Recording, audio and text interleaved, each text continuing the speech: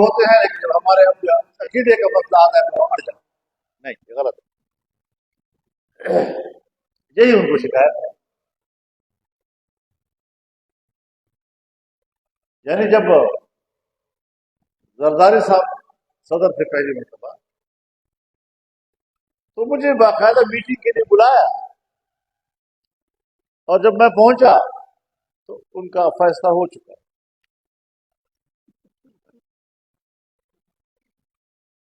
تو پتا تھا کہ مخالفت کرو،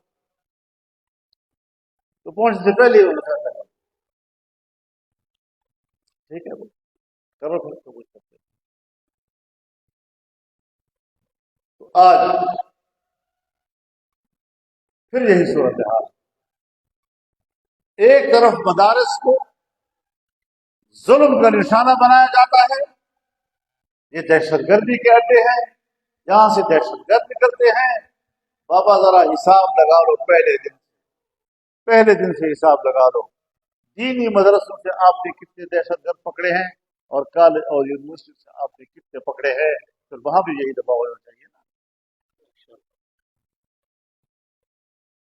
ان کو کیوں چھپاتے ہو اور ہمارے خلاف میڈیا کو کیوں متحرک کرتے ہو، پروپیگنڈا کرتے ہو؟ یہ سب باتیں ہم نہیں چاہتے۔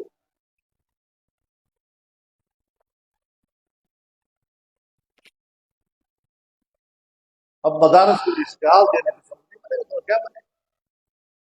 یہ تاثر دے رہے ہو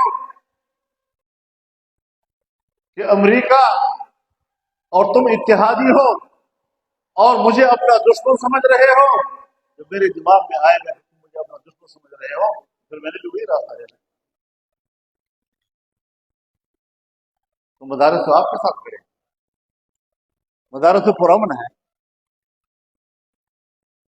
اب مدرسہ ادارہ ہے، ادارے کے اندر اگر ایک فرد بگڑتا ہے تو فرد کے خلاف کارروائی کرو، کس دفعہ۔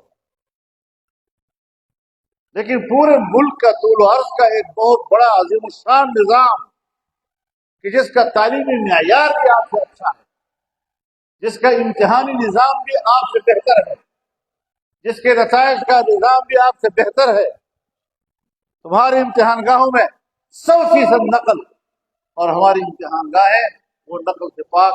اگر اکا دکا کوئی چوری کرے، لیکن اگر پکڑا گیا تو پکڑا گیا۔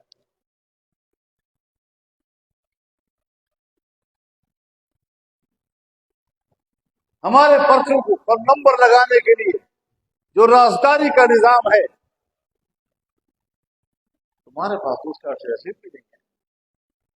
پرچہ سے باہر آتی ہی پتہ چل جاتا ہے کہ میرا بندہ کس آدمی کے پاس گیا ہوا ہے، وہ سیدھا سفارت کے لیے گھر پہنچ جاتا ہے۔ میرے فلاں مضمون کا پرچہ صحیح آپ کے پاس ہے۔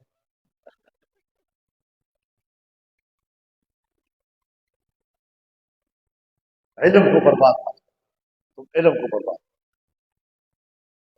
اور دینی مدارس سے حاصل وہ اپنی ضرورتوں کو جانتے ہیں۔ آپ مجھے بتائیں کہ اگر میں اپنے بچے کی اور اپنے بیٹے کے لیے انگریزی زبان سیکھنا، سائنس سیکھنا، پولیٹیکل سائنس سیکھنا یہ فائدہ مند سمجھتا ہوں، تو قوم کے لیے فائدہ مند نہیں سمجھوں گا؟ میں کب آپ کے علوم کا دشمن ہوں؟ اور حضرت شیخ الہند رحمہ اللہ جب 1919 میں مالٹا سے واپس آئے، انہوں نے ایک ہی سفر کیا ہے، اور وہ علی گڑھ کا کیا ہے، یہ ایجنڈا لے کر آؤ نصاب، آؤ نصاب۔ مولانا ابوالکلام آزاد ان کے ساتھ، حکیم اجور خان ان کے ساتھ، نہیں مانی گئی۔ حضرت مولانا حسین احمد مدنی نے باقاعدہ ایک متفقہ نصاب تیار کر کے پورے ہندوستان میں کھلایا، آؤ ایک نصاب پہ اتفاق کرتے، نہیں مانی گئی۔ پاکستان بنا تو حضرت مفتی اعظم مولانا مفتی مشفی صاحب رحمہ اللہ وہ 400 تک مدرسے کی بنیادیں رکھ رہے تھے کہ کہیں میں ان کو آمادہ کروں کہ مشترکہ نصاب بنے۔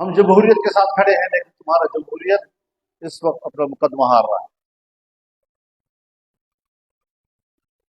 اور تمہارے ہاتھوں ہار رہا ہے، ہمارے فوج کے ہاتھوں جمہوریت اپنا مقدمہ ہار رہا ہے۔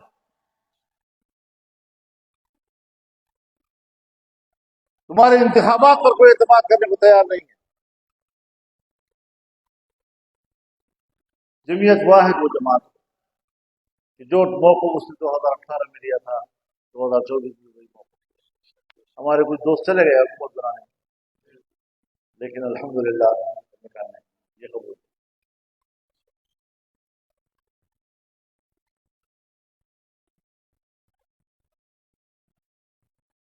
اور انتخابی نظام سے وابستہ اس لیے رہنا چاہتے ہیں، پارلیمنٹ سے اس لیے وابستہ رہنا چاہتے ہیں کہ اگر یہ آخری فیصلہ بھی ہم نے دے دیا تو پھر خدا جانے اس ملک کی کیا حال ہے۔ ہمیں اس وطن سے ہمدردی ہے، ہمیں اس ملک سے ہمدردی ہے، اور تمہاری کارکردگی ہمیں ملک کے لیے نقصان دہ نظر آ رہی ہے۔ اگر ہم سمجھتے کہ اس کو کوئی امید ہے اور 2002 سے تمہارے آپریشنوں کے نتائج دے کر آج بھی اگر ہم یہ فیصلہ نہ کر سکے تو تمہارا آج کا فیصلہ بھی اسی طرح غلط ہے جس طرح کہ تمہارے پہلے پہلے بن جانا ہے۔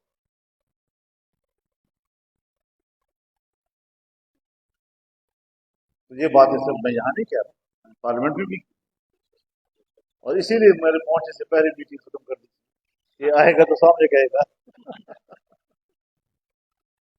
تو میرے محترم دوست، اب آج پھر آپ کے اوپر ایک ذمہ داری آ گئی۔ بین الاقوامی ایجنڈے کو ہم نے اس کی کمر توڑا، ہم باہر کے ایجنڈوں کو پاکستان پر مسلط نہیں ہونے دیں گے۔ آپ کو یاد ہوگا نا، یہ پچھلی حکومت کے دوران کتنے لوگ ٹی وی پہ آتے تھے، اسرائیل کو تسلیم ہونا چاہیے، اسرائیل کو تسلیم کیا جائے، اسرائیل کو تسلیم کیا جائے، بڑا فائدہ ہوگا، معیشی فائدہ ہوگا، یہ ہو جائے گا، وہ ہو جائے گا، یہ ساری باتیں ہوتی رہی ہیں۔ یعنی ایک ناجائز کو ہم سے تسلیم کرایا جائے۔ اب آپ کو یہ معلوم ہونا چاہیے کہ 1940 کی جو قرارداد پاکستان کہلاتی، جو بانی پاکستان محمد علی جناح کی قیادت میں لاہور میں پاس کی گئی، اس قرارداد کا حصہ ہے۔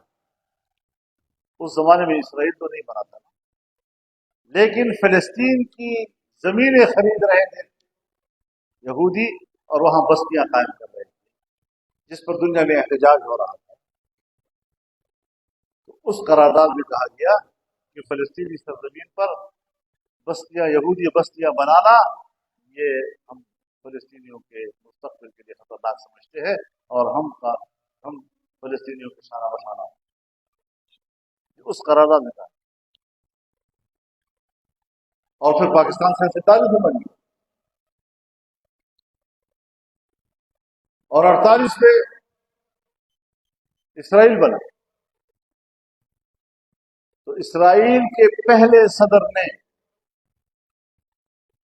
جو خارجہ پالیسی کے حوالے سے پہلی تقریر کی اور اپنی خارجہ پالیسی کے جو بنیادی ستون تھے وہ بیان کیے،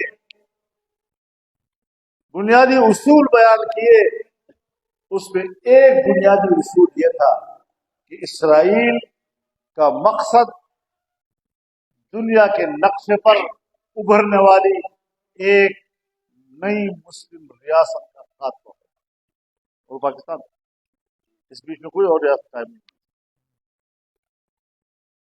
اسرائیل نے بھی اپنا نظریہ دے دیا پاکستان کے بارے میں، اور پاکستان نے بھی نظریہ دے دیا کہ جناح صاحب نے خود کہہ دیا یہ ناجائز بچہ،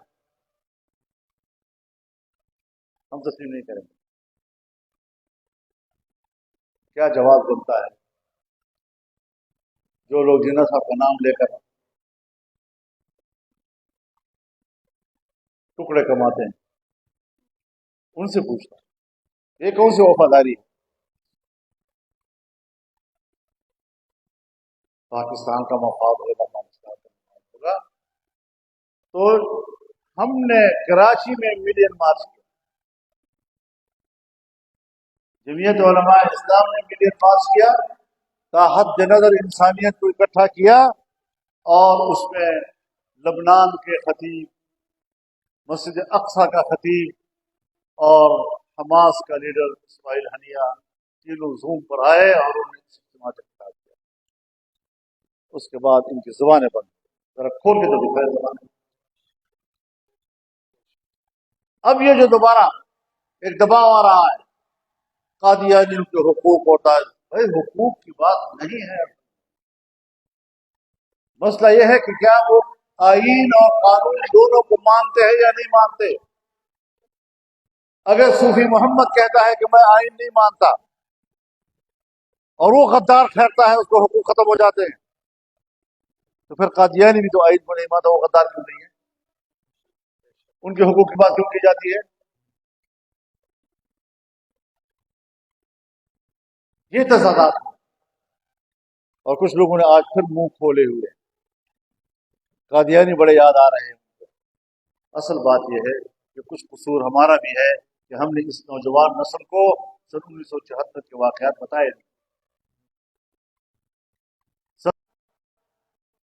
عقیدہ ختم نبوت معمولی قربانیاں تو نہیں، لیکن ہمارے اکابر نے پارلیمان میں اس کو بتایا۔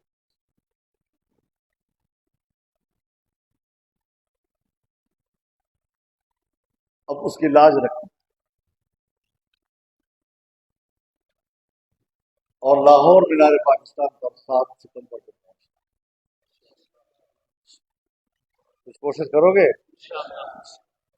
آپ کے بارے میں مشہور ہے، ڈیرے والوں کے بارے میں خاص طور کہ ڈیرے وال جلسے کے لیے چوگرے سے آگے نہیں چل سکتے۔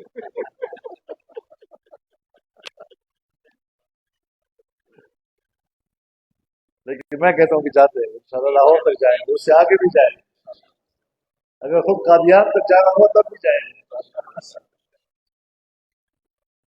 تو اس کے لیے آپ لوگوں نے پوری محنت کرنی ہے، ہمت کرنی ہے، اور آج کل دنیا جو علماء اسلام کی رکن سازی ہو رہی ہے، اس حوالے سے بھی آپ بھرپور اس میں ہمت کریں تاکہ سیاسی قوت کو ہم مضبوط کریں۔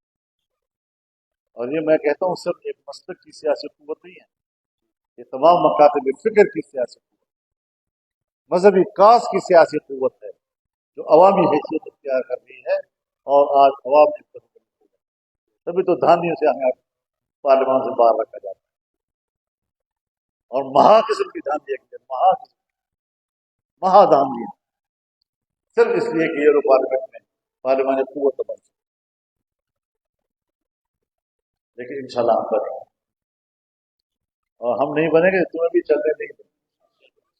ہم نے بھی الجہاد موت ہے الجہاد میں پڑا ہوں،